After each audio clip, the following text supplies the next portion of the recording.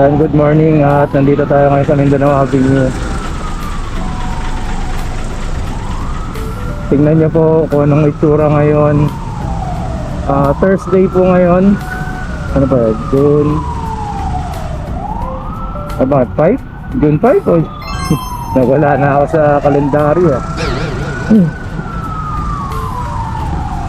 6. June 6. So ngayon pala yung 6-6, no? So mamaya June 6, tapos alas 6. So 666. O diba? Paano naman tayong hindi mag-iisip na ano, hindi mag-e-bike? Tingnan nyo po yung sitwasyon ngayon, diba? Ultimo motor hindi makasingit sa traffic. Kaya hindi ko lang po alam yung daan doon. At saka bawal po yata makiraan doon. Friday subdivision na siya, or Friday village. Yan, ang maganda dito sa motor o sa single na ano, makikita natin kung ano yung pinagmulan sa bakit traffic.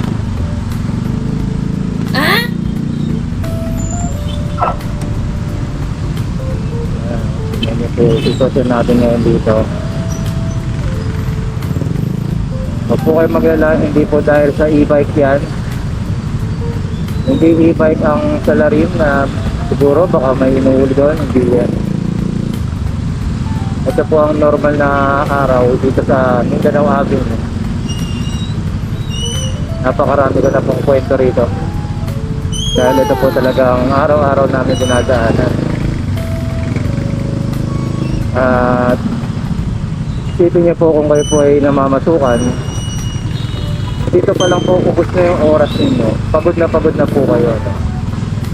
Tapos pag nakamotor kayo, ubos ang gasolina ninyo.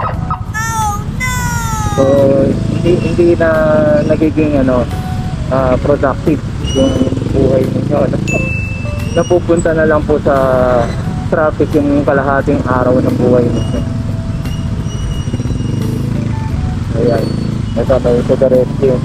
Walang yung nai-report na sa kanya kung ano yung sitwasyon dun sa harapan. Ayan.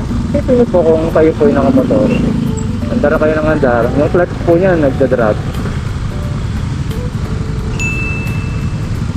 Tapos yung siyempre wear and tear, yung mga ano ninyo, pang gilid ng motor, nagagasgas, ano, kaya nagkakaroon ng ano, maintenance yung sasakyan natin, ha? Dito sa e-bike wala, kuryente lang, ano lang, kinukuryente niya lang ng ganun yung ano, yung hub para mandar.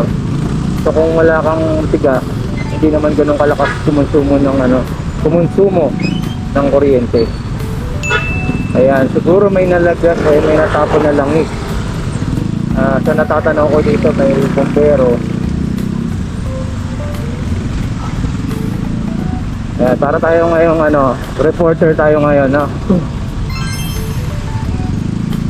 Ayun, no? So nandito po yung ano, bottleneck kung bakit nagkakaroon ng traffic.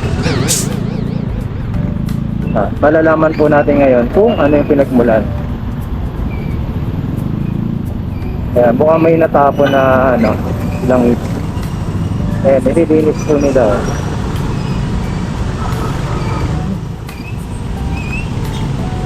So ano to, mga 2 oras to bago malinis siguro. Ayan. So may natapos na. May still siguro to.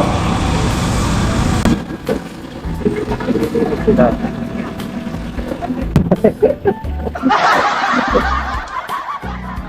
Teka. Ipito si ate. Ayan, so yun. Hindi niya alam na nag-isa ko. Ayun, ayan na, maluwag na. So yan ang kagandahan sa ano, kahit pa paano nakaiwas na rin tayo sa ano, sa traffic, no? So gamit na po natin tong e-bike, 1 linggo na po, hanggang EDSA, wala pong nagiging problema. Kagandahan dito, dahil maluwag naman, pwede tayo dito sa bike lane. Ayun. So, medyo bilisan na natin at ano. Ayan, so shoutout nga pala, ano, Iscar Reyes. Ayan, kung gusto niyo po maghanap ng mga quality cars, second hand cars, ayan, ito po yung mga ano, yung mga maselan pa lang, binibenta na yung sasakyan nila, gusto lang magpalit. Kaya makikita nyo, puro halos bago talaga yung makikita ninyong ano, sasakyan. Parang mas bago dyan. Yun, so shoutoutin natin yung ating negosyo ng ating mga kaibigan. Modulasia. Ayan, makikita niyo yung Modulasia, ang gaganda ng gawa. Grabe, gustong-gusto ko rin magkaroon ng ganong ano eh. Kusina, kahit hindi naman ako kusinero, no. Hindi naman ako mahilig sa ano, magluto. Pero gusto ko ng maaliwalas, magandang tignan na kusina. Hindi lang kusina, buong bahay kaya po nila yan. So yun, sino pa ba ang ating shoutout, no? So, meron din tayong mga kaibigan na ano, mga safety gears, no, ng mga helmet, ganyan. So si Bike Attack, ayan. Tapos si Blackburn. Nakalimutan ko lang yung pangalan ng ano niya, Blackburn yata mismo. Ayan, si shoutout na rin natin yan. O yung mga gustong kumain naman ng mga Japanese food, no? Meron dito sa may madadaanan eh. Kaya lang dito sa ano, pagkakaliwa. Sa Visayas, sa Congressional. Makikita niyo po dyan yung Takashi. Ayan, so shoutout. Sino pa ba? Pangalan na to. Dito, lalagay ko sa screen. Ayan na! Okay. So shoutout sa'yo, no? Salamat po sa patuloy na pagsubaybay.